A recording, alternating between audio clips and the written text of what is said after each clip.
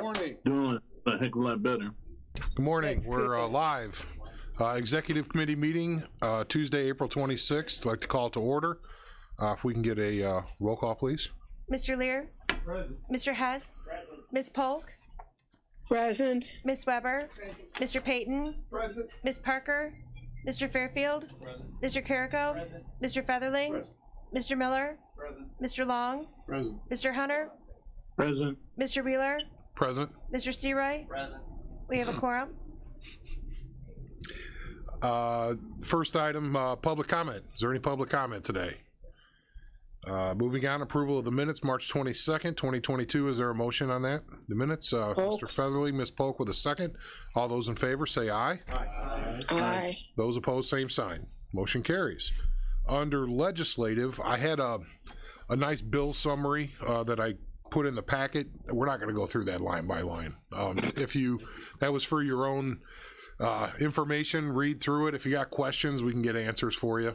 So we know a guy, so to speak, that might be able to fill some of this, the gaps in the knowledge, if you have any there. A lot going on in Springfield, for better or for worse. But Mr. Lear, did you have a couple things? Thank you, Mr. Chairman. Yes, I attended the UCCI meeting yesterday in Springfield. We were addressed by the Chief of Staff of the Senate President, who reviewed some of the budget items. Most of that's been covered well in the media, of course, but the one thing that we might mention that directly impacts the county there was a small increase in the local government distributive fund, a one-time increase. This is the state spending some of the surplus money that came from COVID relief. Also, I would mention that there's a meeting in July, the annual meeting of UCCI at Eagle Ridge Resort. Because of a conflict, I won't be able to attend, but I'm sure that it would be useful for some others. This is going to include more education sessions this time for those who are not involved in the other activities that had traditionally taken place. I think that I know the chairman and one of the other board members, myself, attended last year, and I think some attendance from the board would again be useful, particularly with the additional educational seminars they're going to be having. So I'll try to provide more information in terms of those topics as they get those finalized. When is that again, Steve? This is July 24th, 25th, and 26th. You show up the evening of July 24th. It's a Sunday. And then Monday and Tuesday are the actual seminar events. Okay. Got it. Thank you. I know Steve and Anita's going to discuss this a little bit in tomorrow's meeting, or actually later on in this meeting. I apologize, regarding the sheriff's pay. It's tomorrow. Yeah, it's tomorrow. Finance. Oh, it's on finance. Yeah, I'm sorry. I flipped a page over. But it was 80% of the state's attorney's salary. That's what we're under the impression. So we got the full analysis tomorrow, and I'm sure you guys went through that. Well, unfortunately, what this is an illustration of the kind of, well, I'm trying to be gentle here to the General Assembly, the kind of legislation that gets passed when they're acting in a hurry. And they pass legislation which creates a potential conflict between what the Illinois Constitution says and what they passed in their legislation. So counties are being forced to do a kind of workaround in order to be compliant with both the law and the Constitution. Yeah. And so I'm sure that we'll be able to figure something out, but it took a lot of work in order to figure that out. Yeah, we're wrestling with that. Basically, it's 80%, but we have to set the salary for 4 years. But how do you set the salary when the cost of increase for the state's attorney hasn't been figured in, because it's not announced until the following year? So the COLA goes into the formula. So what's the language on a resolution? And Anita's working with the state's attorney's office to try to figure that out here. Steve had a session on it down at UCCI, but you see the problem. We can't set a dollar amount because we don't know what that COLA is going to be for next year for the state's attorney and the year after and the year after. So we may just have to settle on 80% of what the state's attorney's salary is or pay is, including COLA, and just have the resolution. We have to come back every year and vote or something.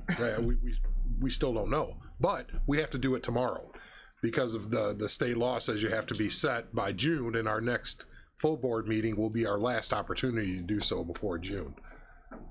State of Illinois. So it's a fire drill. Thanks though, Steve. Moving on, information services. Kevin Duvall, do you have anything today, Kevin? Just making myself available. Normal things that are going on. We've had, as it warms up, the season's here for e-waste. We've had a lot of departments say they've got electronic devices that they've either declared surplus or whatever, and they want us to get rid of. We've used to use the city's e-waste program. We're now using the county program that you set up with Belson. That's from Jason telling me it works extremely well. It was easy for him to do. As far as other projects we've worked on, court system, we had to get involved in the court system's audio system. We normally don't deal with that. It's provided by the state of Illinois, and they usually don't want local IT departments involved with that because that needs to be in a secure chain, but they needed us to get involved because they couldn't figure out something. We took a few days and we were able to get it working again. It was kind of a strange thing if you remember when they the power went out for that side of the town because somebody hit a power line. Well, that crashed their system and it wouldn't come back up. So we had to kind of aid a little bit in that, and we normally don't do that. But again, it took a while, but we got that up and going again. The county jury system went down last month for a few hours. We had to troubleshoot, find out that they had a switch. We provided a switch from our supply. Not too worried about that. We got that up and going again. The courts got a whole new set of switches for the courthouse and their server room through a grant that neither general fund or they had to pay for. Everything's working fine now, but over the next year or so, we're going to replace those items. So their switches were getting old anyway. It'll be an upgrade.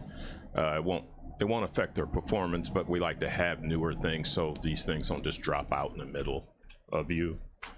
And as far as maybe lastly, the county boardroom, as you know, you guys got these great chairs and they're fantastic, but you also know you kind of lost a little line of sight. You can't really see the mics. We've had some chairs say that they had an issue with that. So for those of you who are chairing, I worked with the chairman, Andy, and we updated a map. It's color coded. We put the person's name on the map.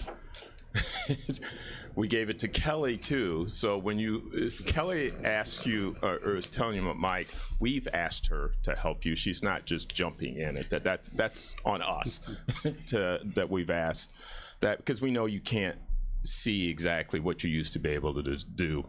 One thing I can say, it's really kind of just a matter of spatial awareness. There's only so many rows. There's only 3 mics. If somebody's on this side, there's only 2 options. So if it's not one flick out, it's easy to say because I'm not chairing a meeting. When you're trying to follow a meeting, your mind's not following all that. So in addition to that, the new chairs took up a lot more space. So they had to, the maintenance department not only had to put them together, they had to move all the desks forward, which required me to send Jason up and rewired all the lines underneath. So he secured them away. That was a lot of work for a guy his size, but one thing we do ask you, if you notice anything comes loose or anything, let us know immediately because we want to make sure you have a safe environment, you don't trip or anything like that. Plus, we want to make sure the sound doesn't go out on that. And if you have any questions on any of this, just let us know. The one thing that I would like to bring up, Mr. Hess just brought up, I think it was discussed going out to the sheriffs again at some point. I don't know where you're sitting on that. Mr. Hess said he talked to Andy about that, and he brought up the iPads. I kind of have a few ideas, but yeah, that will be a little that'll be a little work for there. I know the sheriff said he's ready to go. I haven't received anything from Trent saying they're ready to go. So you guys let me know how you want to tune into that. the same channel tomorrow. Okay. Okay. We're going to talk about just that. Oh, okay. Yeah. But other than that, we'll work something out no matter which way you go. With that. So, we're going to have criminal justice committee make the final decision, but we're going to discuss it tomorrow with the sheriff as well. That's fine. So. If you have any other, one last thing. I know Andy has wanted me to make sure I make this clear with this. We've implemented additional security measures to try to reduce the amount of the fake emails, and it has reduced, but they still will somewhat come through. Please do not, I know you all know, so you're probably tired of hearing me saying, but please do not respond to the emails, and don't call any county official, because no county official would ever ask you for money or ask you to do anything. Just delete them, because everybody's busy, you're busy, they're busy. They probably don't want 20 phone calls at that time.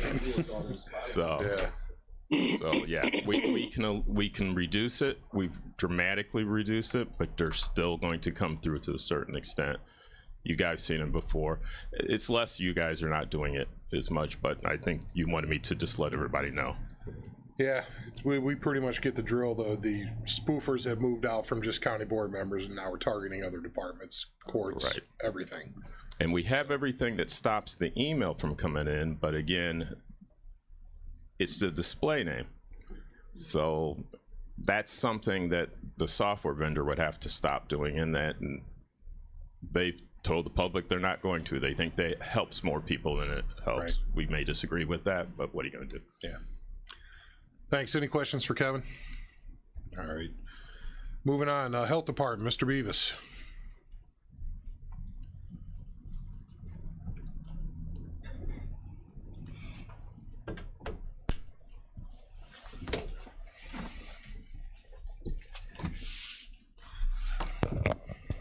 Good morning.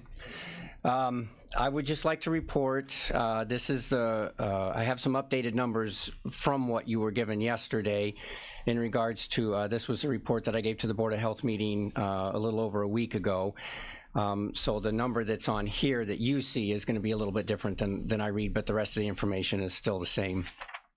As of today, or yesterday's numbers with the state, the county has 28,974 positive cases of COVID in the county for all our residents. That's an increase of the number that you see of 118, and that was 11 days ago. So in essence, that's averaging about 11 new cases a day of COVID, so that's very low, and that's good. The 365 deaths, we're still at 365 deaths, so we have not had a new death, fortunately, for, I think it's been over 3, maybe 4 weeks.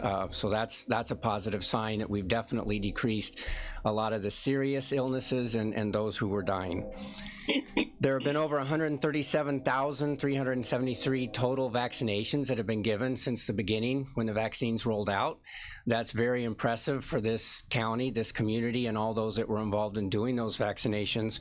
I said this before, but just as a reminder, back in when we had the bird flu, when that first came out, the health department, or the H1N1, I'm sorry, the health department was solely responsible for those vaccinations, and over the course of 6 months, we gave about 18,000 total vaccinations for the people in the county at that time that were seeking those vaccinations. So you can see the difference between 130, almost 138,000 vaccinations and 18,000 vaccinations, the magnitude and the people involved from the hospitals, the pharmacies, and the health department staff to get that done.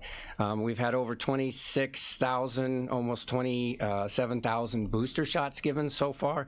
That's about a quarter of the people that got vaccinated in our county. Our fully vaccinated rate is at 51%. That's approximately 56,000 people in our county. A snapshot of the hospitalizations currently shows that there are very few individuals in the hospital. And obviously, as I said, we've had no new deaths. The health department continues to do vaccine clinics 2 days a week, Tuesdays and Thursdays from 9 to 3:30.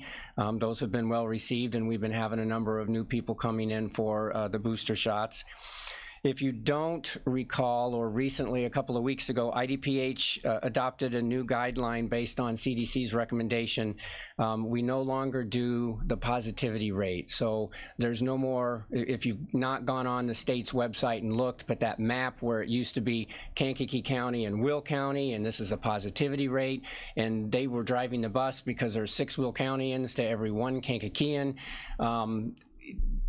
A lot of the talk at the beginning was that it was better if a community could kind of base its decision on what kind of mitigation measures they would take based upon our own numbers. That was kind of taken away when we were married to a community. So Will County, if they had a big outbreak, that raised our numbers when maybe we weren't experiencing that same type of an event here. So as a result of that, the positivity rate is gone. The state now is looking at basically for communities. So Kankakee is now a standalone, and they're looking mainly at cases and hospitalizations. And as of right now, as I said, we're looking very good in that. Most of the state is looking. There's about 3 or 4 counties that are in the yellow zone. So now there's green for low, yellow for medium, and orange for high. Kankakee is in the green, so we're very low, and hopefully we'll continue to stay that way. As we get to the warmer weather, viruses are less productive in the warmer weather. People will start to be spread apart more because they're outdoors doing things. So this is hopefully this new normal, or the new better, that we've all been hoping to get to. Recently, the health department went off-site to the local homeless shelter, and we vaccinated some individuals there and reboosted some people to get caught up on that they had an outbreak earlier this winter. And then we're just getting ready to open up there are a couple of our grants, our services, our WIC program and our family case management program, because they serve children and youth that are under the 5 years of age that aren't currently eligible yet for a vaccination. Those grant managers for the state had advised health departments, including the Kankakee, to limit in-house individuals. So we're still closed in a way to those individuals. We're serving them through phone calls. And then they do drive-up services to pick up their coupons and some of the other needs that they need through those services.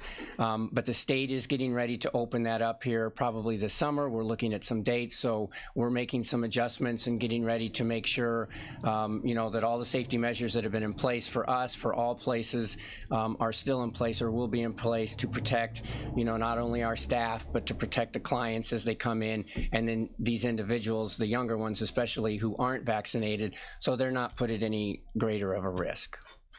With that, I'll take any questions. I had one quick one. Was there a reason that was provided by IDPH on why they separated the regions?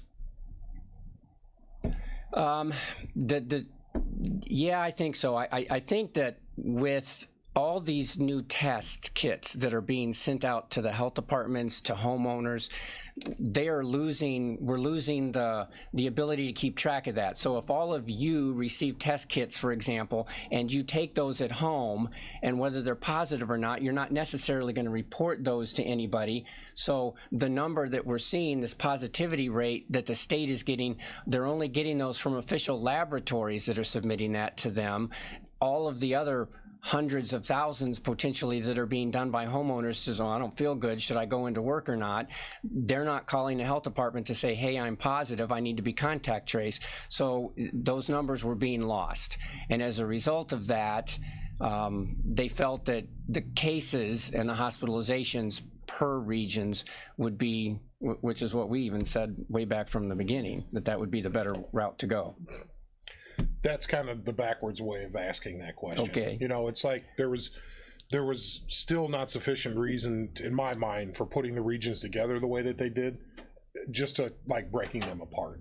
They're both very specious in my opinion. I can't disagree with that. Yeah, it's completely arbitrary. So I guess when you're reaching at straws, which a lot of people were back then, because you didn't, I mean, what were the options, you know? Except consider Kankakee County on its own and not let people rule by executive decisions. So the legislature involved might have been nice. Yeah. All I'm saying, because maybe they would have voted on this and there'd have been some accountability for that decision. Not locally, I'm talking about in Springfield. Thank you, though. I'll get off my soapbox. Okay. Anything else? Mr. Hunter? Yes, thank you very much, Mr. Chairman. Good morning, John. How are you doing today? Hi, Steve. Good. Got several questions, and almost like a shotgun. Last week, Blue Cross and Blue Shield came to Kankakee, and it is one of the 4 venues being held throughout the state. Chicago, and there's a couple downstate as well too. There were individuals from the local chapter of the NAACP as well as other entities, organizations who attended the meeting. Free lunch, really good information. They were discussing the health care in the state of Illinois, but I noticed that I don't recall anybody from our own health department being a part of that particular venue. And also they had the superintendents from Bradley Bourbonnais school system, as well as Dr. Walters from Kankakee School District 111, discussing a bunch of healthcare stuff, which I thought would be germane to your particular department. So I think they may want to redo that again or hold another session. So I would encourage you and your staff to maybe have at least a representative to come there, because it was pretty informative. Additionally, Blue Cross and Blue Shield has been a partner with the local branch of the NAACP in terms of our health fairs, as well as helping us with COVID vaccine venues projects. Additionally, you guys may recall they participated at the farmers market by providing boxes of food to the organization Still I Rise. I mean, really successful, a semi-truck full of foodstuffs that help, individuals out in the county. Also, you gave the statistics of 51% in the county being vaccinated. Hopefully, you will still keep your foot to the metal in terms of increasing that number.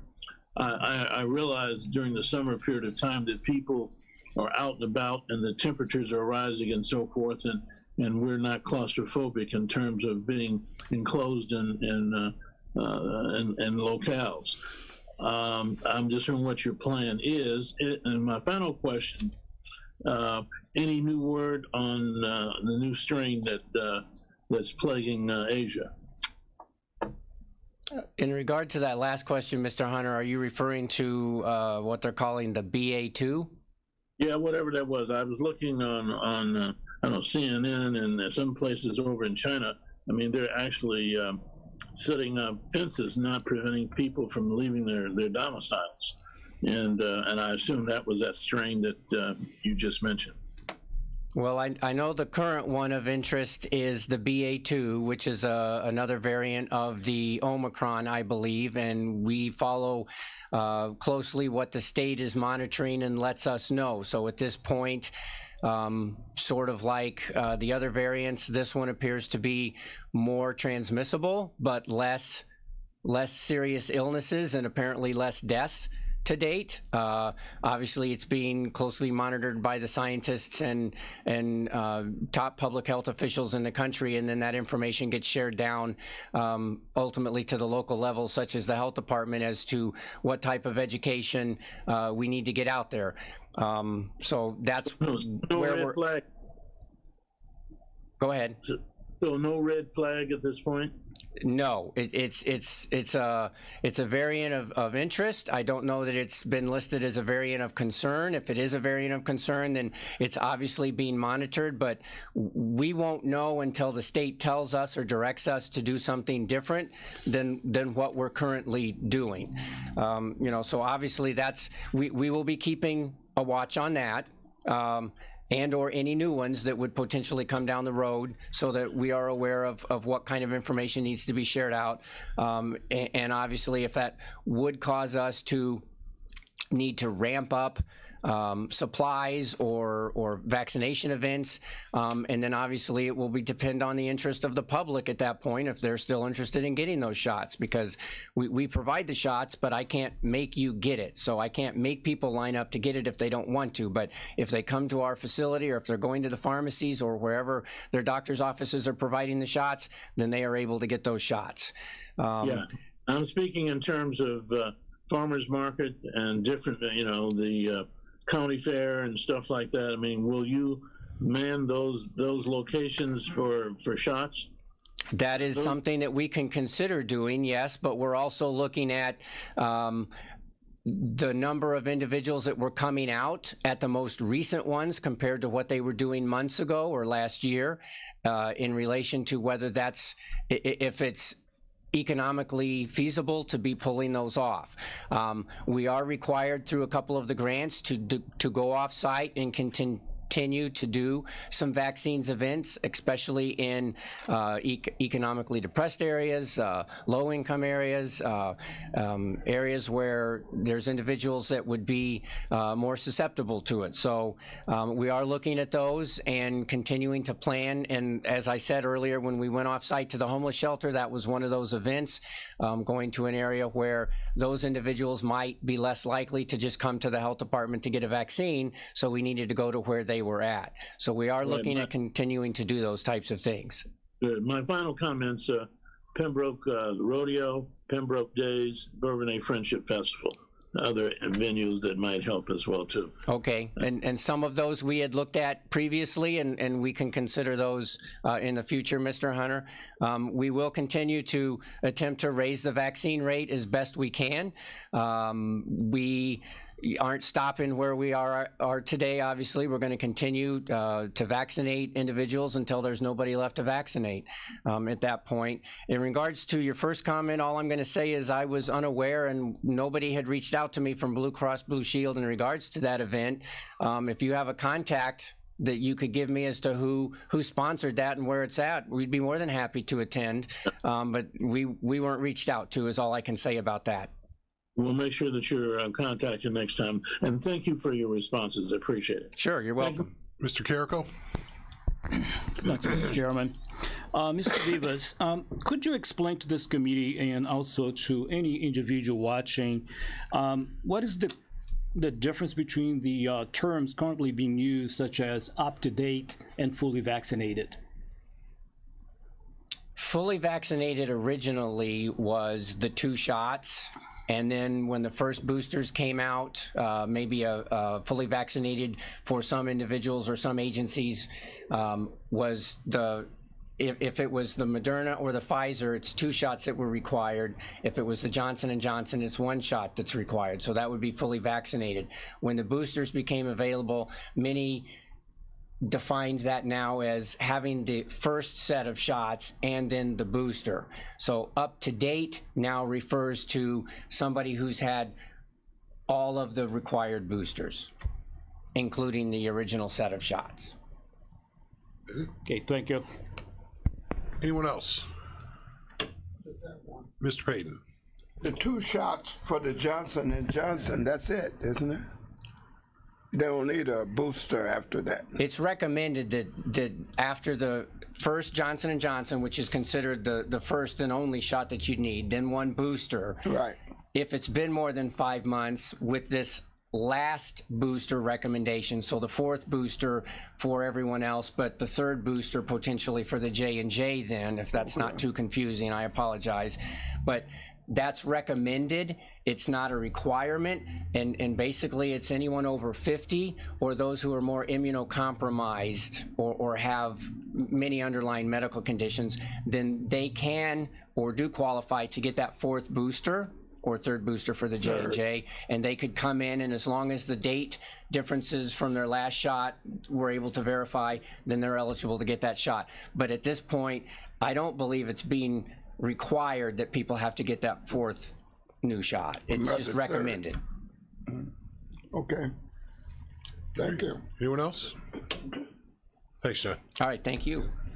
The schools, I have the quarterly report of the superintendent of schools for Iroquois and Kankakee. Motion to put that on file, please. Mr. Long, Mr. Lear with the second. All those in favor say aye. Aye. Those opposed, same sign. Motion carries. VAC monthly report. Karen, you have anything today? Yeah.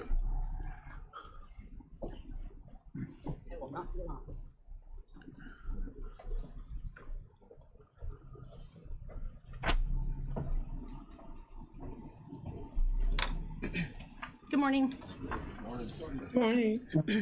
I do not have much. I do want to point out that Memorial Day is coming, and we're trying to make it bigger and better this year.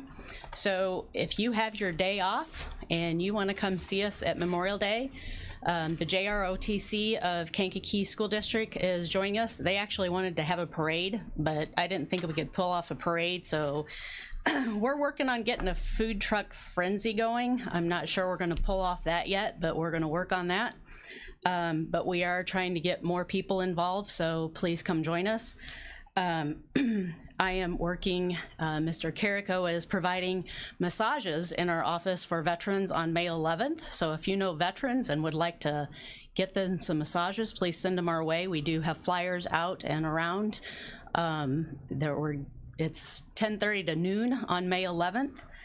The treatment court is working on getting a pilot program from the Justice for Vets on doing a different risk assessment specifically for veterans at the probation department.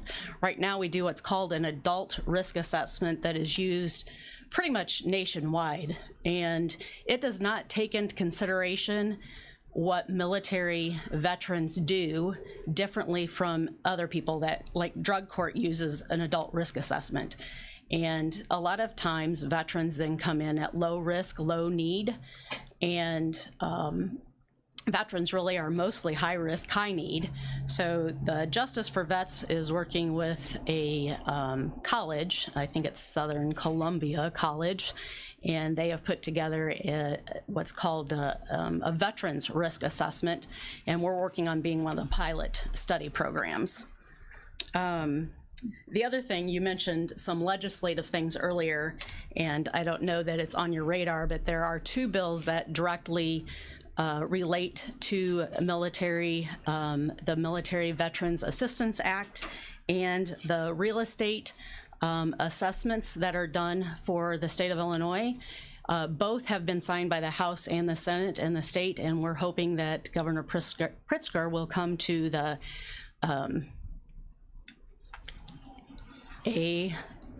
IACO conference in May and sign those with the VACs. Those bills have passed, and it changes both the Military Veterans Assistance Act and how the real estate assessments are done for veterans and their widows. So we are working with the governor's office to have him actually come sign those during the conference down there in Springfield. So I think that's all I have unless people have questions. Yes. Thank you. I wonder if the bill you're talking about for the House, do you know if it's 5184 that was in our packet? Oh boy, No, I well, don't know that's the okay. names off the top of my head. I'm sorry, I didn't bring that with But me. that had to Yep. do with a 0.02 of the county's assessed value. Is that what you're talking about? Is that what it would be, a formulation to assessing for levies? Yes, Yes, that's the one, that's the one. because it's in our packet under 5184, House Bill 5184. And I was reading it, wrote that down, because I wondered if that was more than it is now. If the 0.02, is that what you're saying? It would increase that levy? It increases it. I believe when I ran the calculation before the vote, it was about, I think it was about another 30 or 40,000 a year. Oh. It increased. But that they increased the amount the VAC gets, but they didn't increase the amount for tax caps. So we're just going to be taking that from another department to go to the VAC. Oh, that's not fun. It's the way the state of Illinois works. Oh, Someone has to lose for someone else to win. oh. What's Sorry? What's No, it's not your fault. I'm just, It's yeah. So It- that's the way it works. And I want to encourage you to keep going on the Memorial Day idea. It's really a strong one. Yeah, we're encouraging, and it's going to take time to have it happen, but we're encouraging all of the service organizations, so all the VFWs, American Legions, to come together and do one instead of spreading it out over the county. And as much as they all like to have their own, they're all getting smaller and smaller, and hosting their own becomes more and more difficult. So a lot of them are joining us in doing one this year. So maybe by next year or the year after, we'll all be having one larger one. So, and it's nice to have the JROTC come together with us. Yes, sir. Do you have a location for that? It will be at the courthouse. Oh, okay. Yes, Right it's in at front the, yard? it's, Okay. knock on wood, it's been at the courthouse every year. I think we will continue with that. Somebody suggested we rotate it from year to year, since all of the service organizations will be involved, but I think the courthouse is the place to have it. And it just becomes routine for people to know that it's there, and it gives us a lot of space to do it at, so. Okay, good deal. And usually it's about 10:30, 11 o'clock in the morning, so. You had me at food truck. Yeah, I think it's a great idea. I think if we can get that back street closed off and do it, it's a work in progress. Mr. Carrico? Thanks, Mr. Chairman. Thank you, Karen, for the comment. I just wanted to clarify something here. She mentioned that I will be doing these services, but in the reality, it will be students providing the services, not gonna be me. Well, I'm not going there. Exactly. So I'm not a veteran either, so I guess. So, but anyways, yeah, the students are required to provide some community services as part of their clinical work. So I thought that would be, and work with Karen, and this is a great opportunity to offer that to the veterans. So that's going to be the students, not going to be me, though. It would have been funner the other way. Thank you. I do have one more thing, and it's I'm working with right now the Illinois State Department of Veterans Affairs female representative for the state lives in Bourbonnais. Her name is Courtney Hopkins, and this is a great opportunity for us to work with the state of Illinois, and we're putting together a female support group, and so we're hoping to start somewhere in Kankakee County a female support group for female veterans of all ages. She's working with it's actually called She Force. The male side is called Allen Force. The female group is called She Force. It's a nonprofit group out of Will County on developing programs and things, and they do stuff like aerial yoga and paint nights and all sorts of things. But so we're working on developing that. They do all sorts of things, but we hope to have our first event sometime in May, so that'll be nice too. Anything else? Appreciate it. Thank Yep. you. Do we vote on a monthly report or update? No. Motion to accept the report. Mr. To Fairfield and then Featherling this time. Featherfield, sorry. All those in favor say aye. Aye. Those opposed, same sign. I gotta stop that because that's all I'm gonna say from now on. Motion carries. Moving on. County Administrator report. Anita Speckman.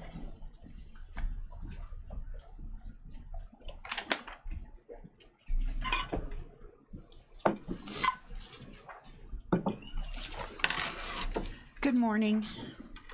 Good morning. So we'll start with collective bargaining agreements. At the last meeting, you did approve the FOP patrol.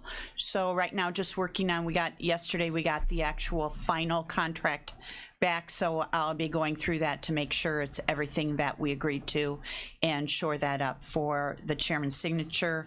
Still out there, corrections and coroner. So we move forward with those two now. Recruiting, we have 16 current openings. We had 10 in March, so we saw an uptick. Most of those are in highway. They had an engineering technician they hired who was joining us as a second career. He was retired, but once he saw the impact then on his previous retirement, it was something that didn't work for him and his family. So that position is back open. There are 4 temporary positions, some part-time summer maintenance worker and a temporary engineering intern. They did get an application for the engineering intern position. The maintenance worker, I think they've seen one come in. So we're still really pretty sluggish on getting applications in. I did attend Representative Haas's job fair last Wednesday, the 20th, at Casey Hall.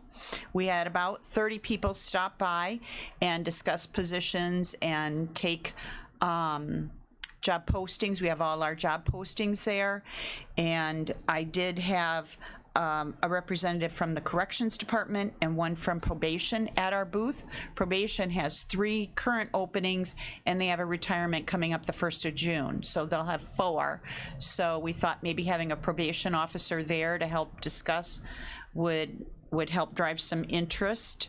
The county treasurer also stopped by the fair. He's got a temporary position for taking tax payments that's open from, I believe, about June 1st through the end of September. So we haven't had any applications. We monitor the applications to find out where they found out about the job. And so far, none were a result of the job fair. So we're hoping to get something more interest. You know, in speaking with Representative Haas, she and I were both at the last job fair we both attended was in August out at the mall.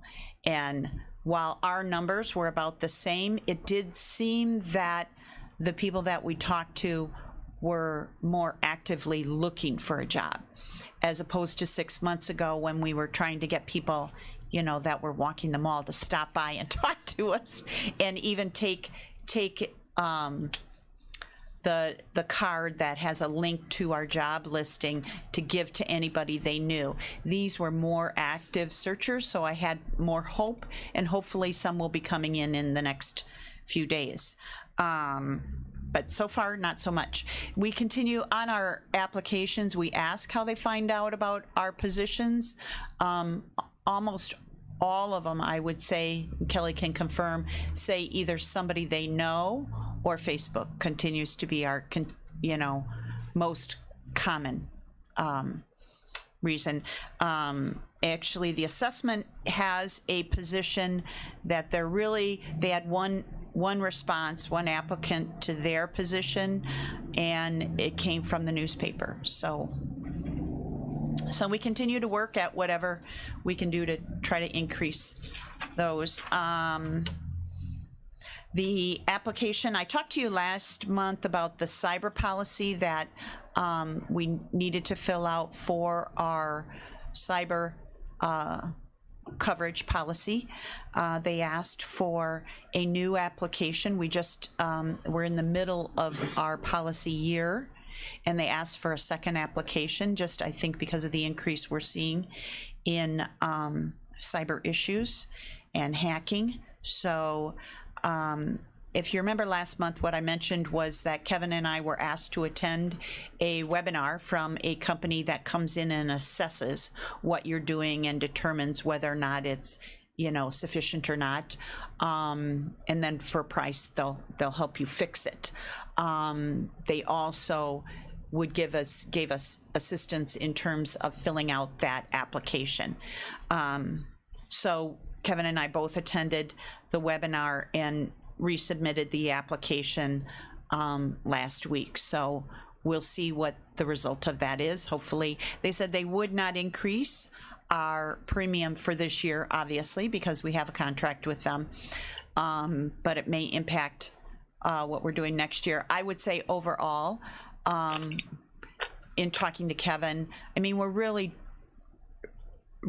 do a lot in terms of security, Kevin and his team, and there were really very few things that we indicated, no, we don't do that. So we feel pretty good about where we're at and in terms of safeguarding the county.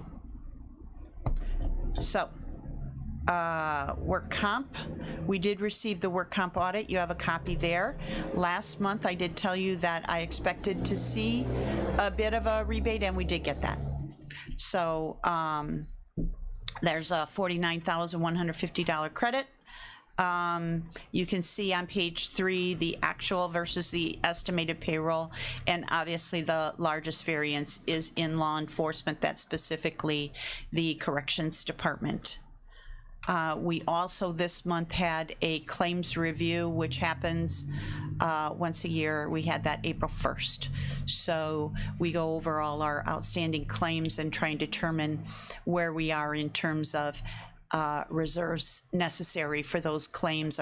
Is there some that have closed? Where we're at in the process of those. So that occurred April 1st. Anything from the committee for these topics or others? Yes, Mr. Seroy. Thank you, Mr. Chairman. Anita, during the audit on the claims, was it up, down compared to the last audit of our claims, or? Well, or did you get any of that information back yet? What we see and the feedback we continue to receive from our broker and the company is that we have a lot of claims. Most are quite minor. That we have very few large claims that create a big liability for the company. There are a few of them, but you know, we continue to have, just because of the number of people and the size of the county, we see a lot of claims. We don't see a lot of high dollar claims. A few years ago, we had a lot of high dollar claims, didn't we? Or was that one of the reasons that, or was that health insurance? Maybe I'm thinking. Well, yes, health insurance is where we saw the uptick in the high dollar. Actually, that's why we saw a 20% increase in our premium this year, was because of the claims last year. And COVID. COVID had a big impact on the trend rate. Yeah. And then you add up our experience on top of that. So, but you talk to any industry professional, COVID had an impact on, because all that stuff wasn't free. No doubt. So. Still not. Anything else, Mr. Hess? Gotcha. Anything else for Anita? Thank you. Under appointments, I have the appointment of Mark O'Connor to the Limestone Township Fire Protection District, Glenn Wolf to fill the unexpired term on ETSB, appointment of Jamise Cleggett to the Kankakee County Housing Authority, reappointment of Brian Stauffenberg to the Manteno Fire Protection District, appointment of Patrick Paul to the Grant Park Fire Protection District, reappointment of Robert Casino to the Bourbonnais Fire Protection District, reappointment of David Hinderleiter to River Valley Metro, reappointment of Kevin Buente to McGilvery Drainage District, reappointment of Kyle Kreitzer to the Kankakee Valley Airport Authority, and reappointment of Steve Cody to the Board of Review. Is there a motion to combine and approve? With Mr. Miller, Mr. Long with a second. All those in favor say aye. Aye. Aye. Those opposed, same sign. Thank you, motion carries. One opening, announce these on all of the following: Clawson Park Drainage District, X-Line Creek Drainage District, Cabry Fire Protection District, Pilot Township Fire Protection District, St. Anne Fire Protection District. One opening for a Republican on the Sheriff's Merit Commission. There has to be different political parties involved in that. That's why I noted the Republican seat. One opening on the University Illinois Extension for a county board member. One opening on the Kankakee County Board of Health for the board member, county board member seat.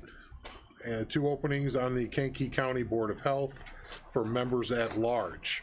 2 openings on the Kankakee River Valley Forest Preserve District Board. Let's see, 2 openings on the Canavan Drainage District and 2 openings on the Manteno No. 9 Drainage District. So is there any new business for the committee? Anything new? Anything old business?